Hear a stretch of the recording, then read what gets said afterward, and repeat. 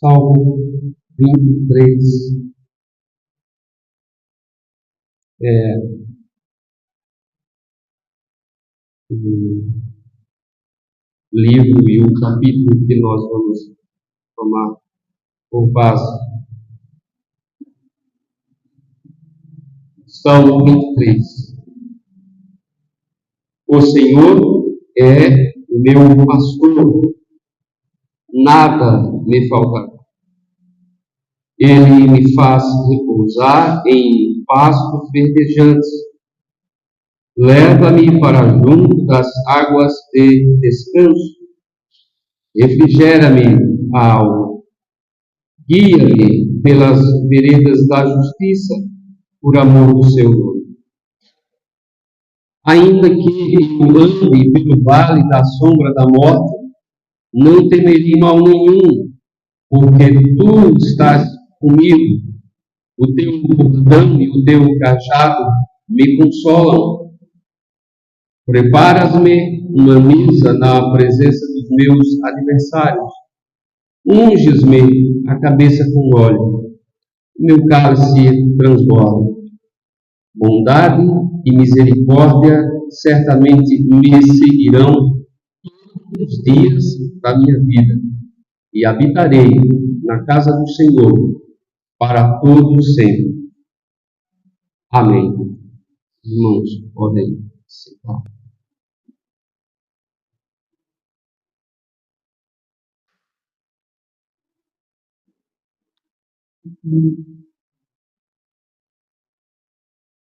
Há algo muito importante em nossas vidas, como cristãos, é lermos as Escrituras com muita atenção, com muita responsabilidade, com muito cuidado. Não é tão simples ler a Bíblia, não é algo tão simples interpretá-la. Eu não estou querendo dizer com isso que você não deve lê-la se não entende de grego, se não entende de hermenêutica, de hebraico, de teologia bíblica, teologia sistemática. Eu não quero dizer com isso que se você não entende, não deve lê-la, não. Devemos, de fato, ler a Bíblia, sim, e se vale de consolo para vocês. Eu não entendo também dessas coisas, né? Não entendo, mas cabe a cada um de nós nos esforçarmos para lermos e examinarmos as Escrituras ao máximo possível, com o zelo possível, para que não caiamos nos erros que muitos caem por aí afora, né? Que muitos caem nas armadilhas de Satanás por causa do nosso descaso do exame bíblico, do exame das Escrituras. Eu já comentei várias vezes, eu não sei se aqui já, mas lá no município eu lembro que já comentei e vou comentar aqui com vocês. Quando era de outra igreja, lá eu jamais esqueci disso, mais esqueci. Lá um irmão de culto fazia parte da liderança da igreja de culto, pelo seu conhecimento, era palpável a falta de conhecimento do irmão.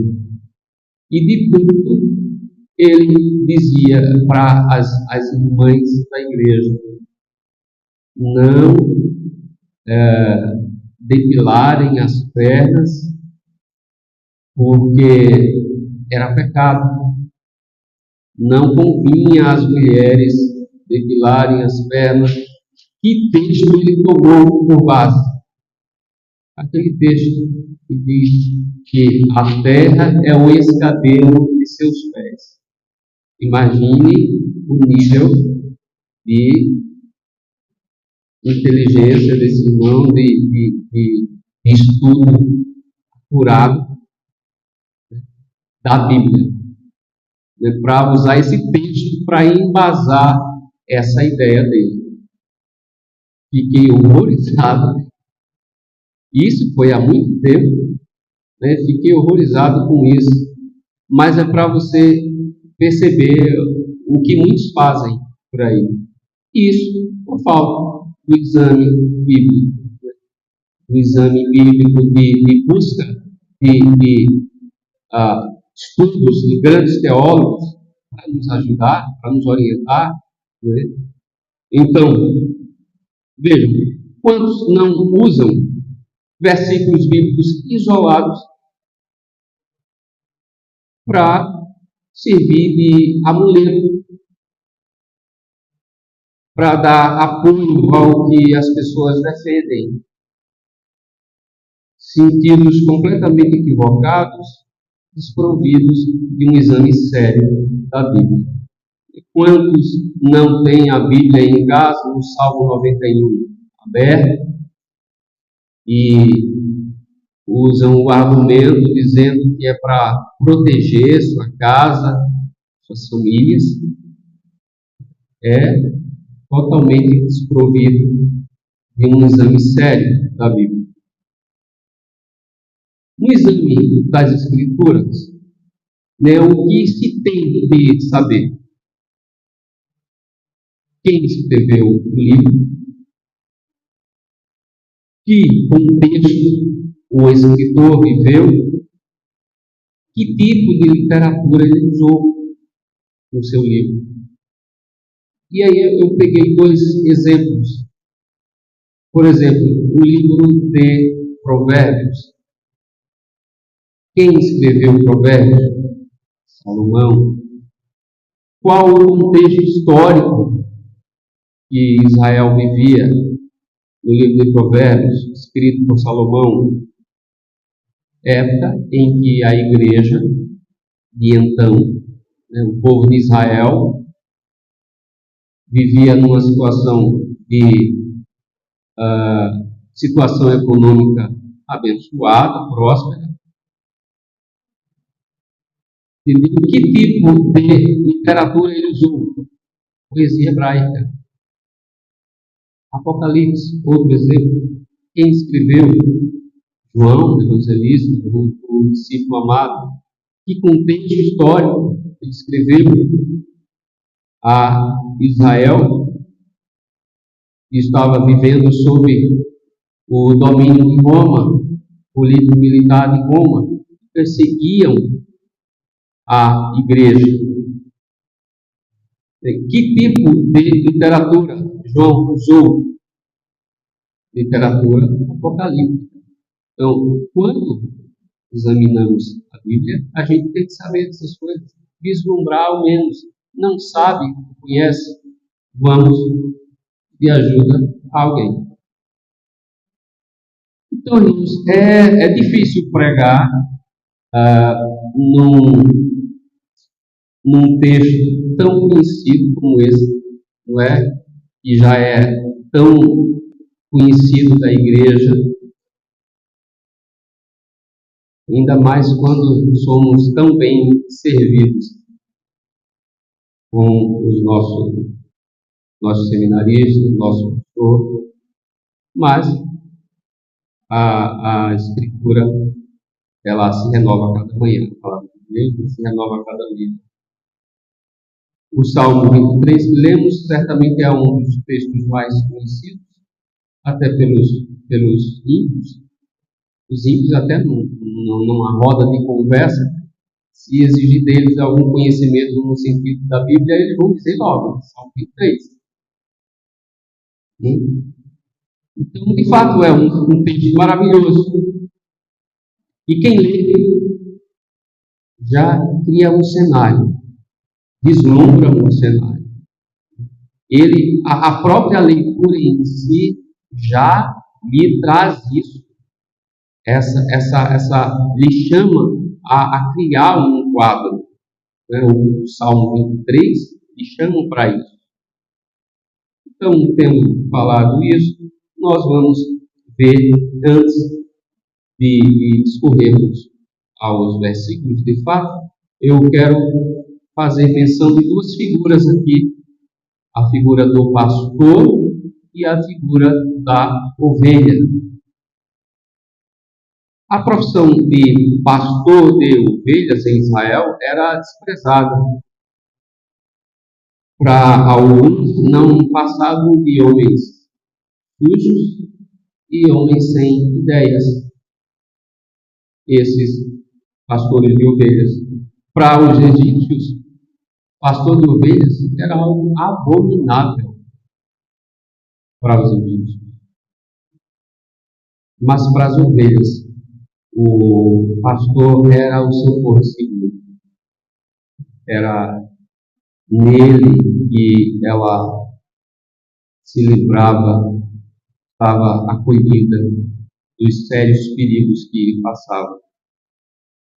E quem dentre os homens da Bíblia conhecia mais, com tanta propriedade, com tanto conhecimento de causa, quem dentre esses homens falaria melhor do que Davi? Quando da composição desse salmo, Davi estava vivendo, certamente, uma situação de paz e prosperidade enquanto rei. E estava aqui no momento de gratidão a Deus, ao Deus que o fazia desfrutar disso. Lembrando de quando vivera como pastor de ovelhas e do tratamento que dava a elas. Chamou a Deus de meu pastor, conhecendo a todos, agindo como ele agia com suas ovelhas, ele chamou a Deus de meu pastor. Com essa similitude, ele exalta a Deus pelo seu cuidado e providência. Lembre-se que Cristo também arrogou esse título. Eu sou o bom pastor dá a vida pelas ovelhas. É algo importante a ser observado que, ao vir em seu comentário, ele diz o seguinte: Deus só é pastor daqueles que têm o senso de sua própria fragilidade e pobreza, sente-se dependente de sua proteção e que habita em seu redil e se deixa governar por ele. Deus só é pastor destes. Então, vamos ver a figura da ovelha. O que é que Deus resolveu nos chamar, nos comparar a esses animais, as ovelhas, usar essa figura de ovelha para a sua igreja? Nas Escrituras, dentre outras comparações, há pelo menos 500 vezes esse termo é usado na Bíblia. O termo de ovelhas, referindo à sua igreja, ao seu povo de ovelha. Então, agora é um animal de índole dócil e ao mesmo tempo também lerda. Nós fomos comparados a esse animal e elas são assim. É um animal muito passivo, extremamente vulnerável. E por isso se torna presa fácil para os predadores, para os ladrões, para os acidentes naturais que acontecem. Elas eram e são muito dependentes do seu pastor. Tenho falado e mostrado a vocês um pouco dessa pessoa do pastor, da figura da ovelha. Então vamos observar agora os versículos. Podemos fazer aqui uma divisão de 3 pontos. Deus é nossa provisão e força, do 1 ao 3. Segundo ponto, Deus é nossa segurança, do 4 ao 5. E do 6 é o terceiro ponto, Deus é nossa paz, consolo e esperança. Então vamos seguir essa ordem. Ponto 1, Deus é nossa provisão e força, do 1 ao 3. Irmãos, a expressão que Davi usou, nada nele faltará. Nada nele faltará. Para muitos tendentes a quererem as coisas de um modo muito mais fácil, podem ser levadas a pensar que em Deus ele encontra uma prateleira das coisas que necessitam. Eles podem ser tendentes a pensar que em Deus há uma dispensa. Na hora da necessidade eu vou lá e tomo o que eu preciso. Mas não foi isso que Davi quis passar. Não foi isso que ele quis ensinar. Com sua vasta experiência. O que ele quis dizer com essa expressão, nada me faltará, significa, veja a diferença. De nada terei falta. É isso que significa, de nada terei falta. Deus é altamente suficiente. Deus é suficiente que não me é possível ocorrer a falta. Não muda? Muda. É diferente de eu pensar que em Deus eu vou ter tudo, de fato, tudo que eu precisar, eu vou lá e colho aquilo que eu necessito. A outra coisa que Davi quis passar é que eu não sinto falta de nada. Deus é suficiente. Muda muita coisa. Então agora notem que, para tanto, é necessária uma atitude de dependência. Observe o que o salmista diz. Nos versículos de 1 a 3. Ele me faz, leva-me, refrigera-me, guia-me. Veja a situação passiva da ovelha. E Davi escreveu dessa forma, totalmente passivo, totalmente dependente. Crianças, vejam, preste atenção, na região de Israel, e em todo o seu entorno, há a prática comum da criação de ovinos, mas o pasto de lá é completamente diferente do pasto daqui do Brasil. A gente, lendo esse salmo, criando um quadro, criando esse cenário, a gente vê aquele pasto bem verdejante, realmente, como Davi escreve, pasto bem robusto, mas não é assim, Israel. A gente sabe que é uma região do Oriente, região quente. Não é assim. Lá, as regiões são áridas, semiáridas, desérticas. Então, um pasto como esse que a gente pensa, ou desses que a gente vê aqui, temos criadores aqui também, a gente sabe como o daqui não é igual ao do lá. Mas, devido a isso, os pastores de ovelhas andavam muito para encontrarem pasto e água.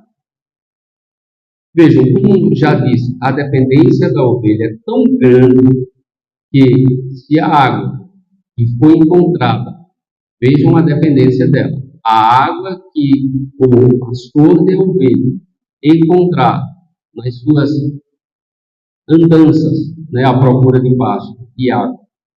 Se eles encontrarem água, correntes, que sejam correntes, fica impossível para a ovelha beber aquela água.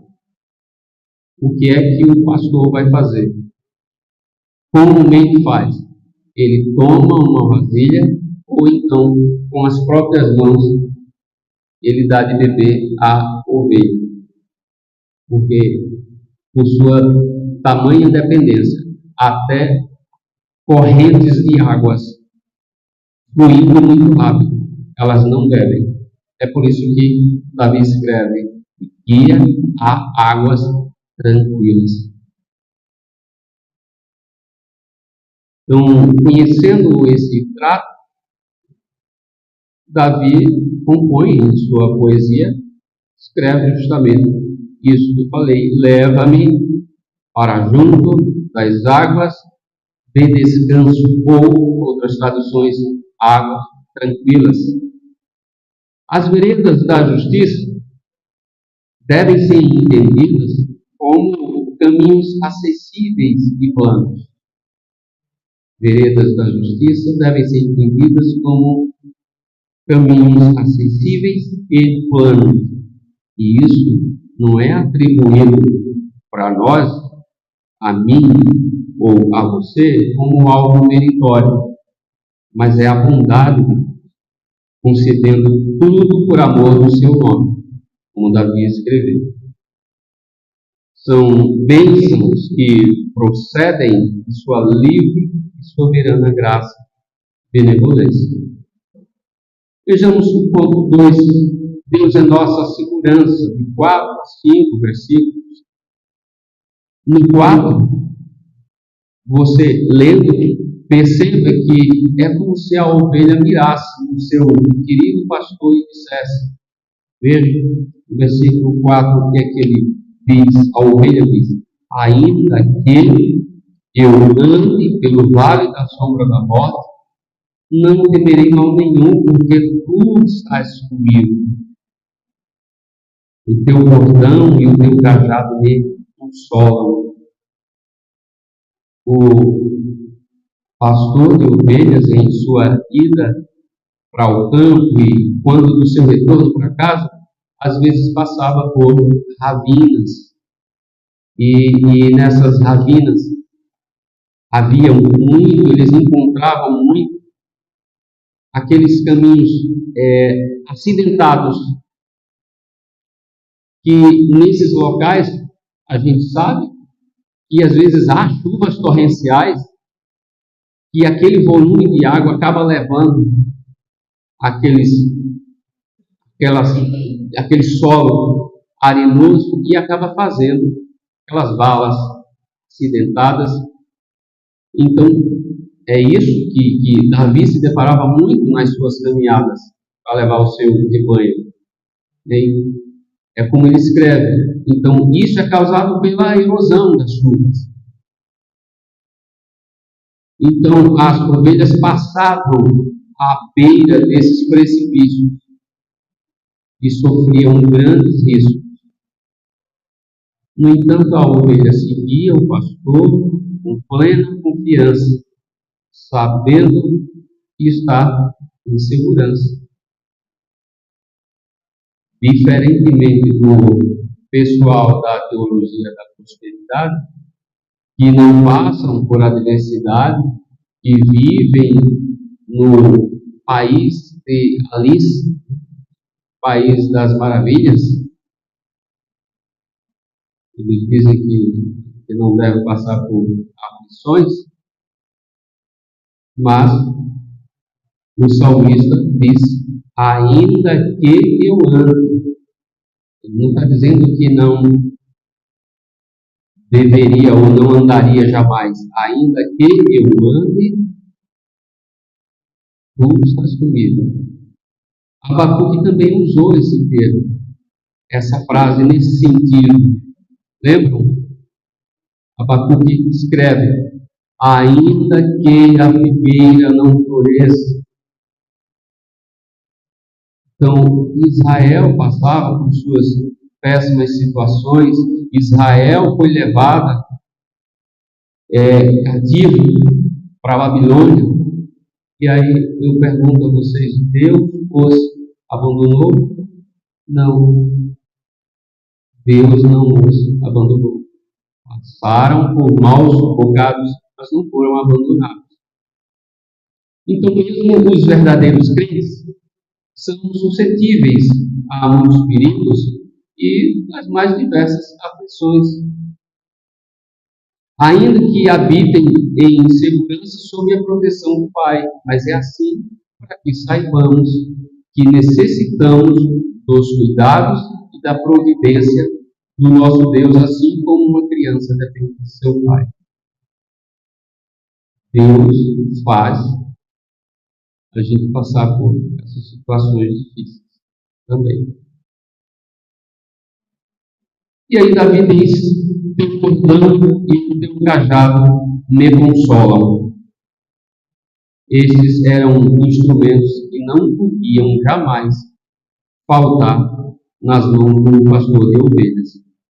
Era com eles que o pastor de ovelhas defendia seu rebanho dos lobos, dos leões, dos ursos, dos ladrões no caminho.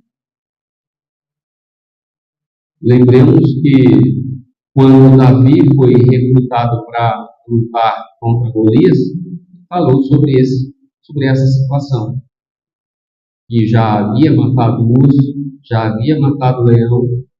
Era com esses instrumentos que ele andava para a defesa do seu rebanho. Em minhas pesquisas para montar esse sermão, escrever esse sermão para vocês, eu me deparei com um fato contado que, vejam, havia um grupo de turistas no Oriente Médio, estavam no transporte e chegaram num campo e viram rebanho de ovelhas, os pastores cuidando dos seus rebanhos, e desceram para tirar foto. Chegando lá, eles flagraram um pastor batendo em uma ovelha a ponto de quebrar uma de suas pernas. Eles ficaram estarrecidos, ficaram tão enraivados e pediram para o guia perguntar, abordar aquele pastor por que é que ele fez aquilo, o que ele estava fazendo aquilo, por que aquela atitude, porque como é que não havia uma legislação local que protegesse aquele animal, principalmente nos dias de hoje. E aí o guia foi lá conversar com o pastor de ovelhas e a justificativa dele foi que aquela ovelha, de fato, ela era a que dava mais trabalho, era a que mais se perdia,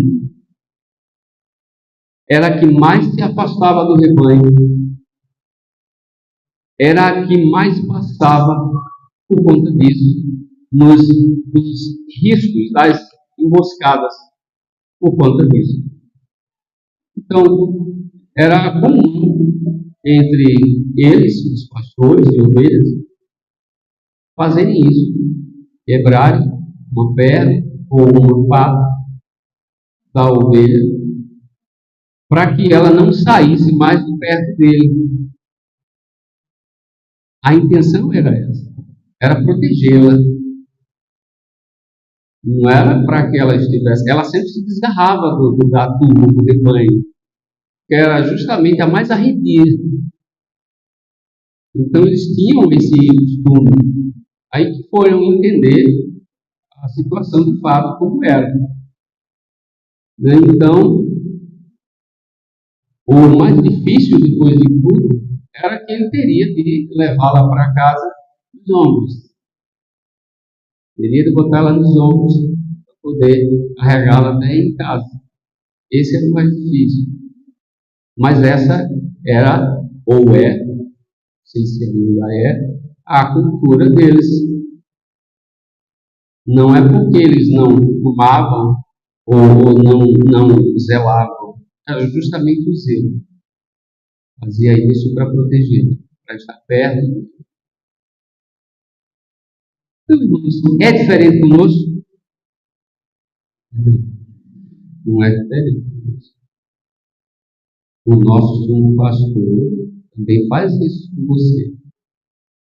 Faz isso comigo. Porque ele ama, ele disciplina, né, a quem ama. Cristo, às vezes, nos faz padecer situações que pensávamos que jamais passaríamos. E é assim que reconhecemos que necessitamos do nosso sumo pastor. E ouvimos a sua voz. Jesus disse que as suas ovelhas ouviam a sua voz. E assim nos mantemos no seu aprisco. Ele é sua segurança. Ele é o seu porto seguro. Então, em Israel havia o costume de um visitante, quando chegava em uma casa, o anfitrião, eles faziam isso que Davi escreveu. O anfitrião, ele jogava óleo ou perfume dos mais preciosos sobre a cabeça do visitante. Era uma maneira de receber muito bem um visitante em Israel. Por isso Davi escreveu: unges-me a cabeça com óleo, o meu cálice transborda. Isso mostra a abundância que vai além do mero suprimento da necessidade mais comuns da vida. Vamos ver o 3, que é o versículo 6, e aí a gente parte para o fim, para a conclusão. No Antigo Testamento, Davi conclui o Salmo não limitando os seus pensamentos aos prazeres e confortos terrenos. Isso tudo aqui que nós vivemos é efêmero, é passageiro. Ele mira no alto e é o céu. Ele mira no céu e esse é o seu grande objetivo. Era como se dissesse: não terei nenhum prazer nos confortos terrenos. Se você observar tanto neste salmo quanto em outros, poderá notar que Davi, indubitavelmente, ele desejava sempre estar na presença de Deus, adorando no reino. E isso o fazia elevar-se à esperança da herança eterna. Portanto, crianças, jovens, adultos, é loucura, eu repito, é loucura quando muitas pessoas, e não são poucas, são muitas, que propõem qualquer felicidade para a gente, além desta que emana da intimidade com Deus, da intimidade com o nosso Supremo Pastor. Então, a felicidade, nossa felicidade, emana dele, da intimidade com ele, com o nosso Supremo Pastor. E aí eu concluindo, faço umas perguntas a vocês. Você é ovelha desse gracioso pastor?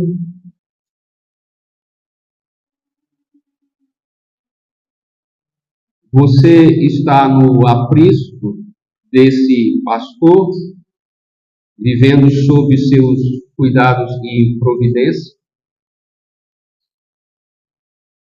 Como é que você consegue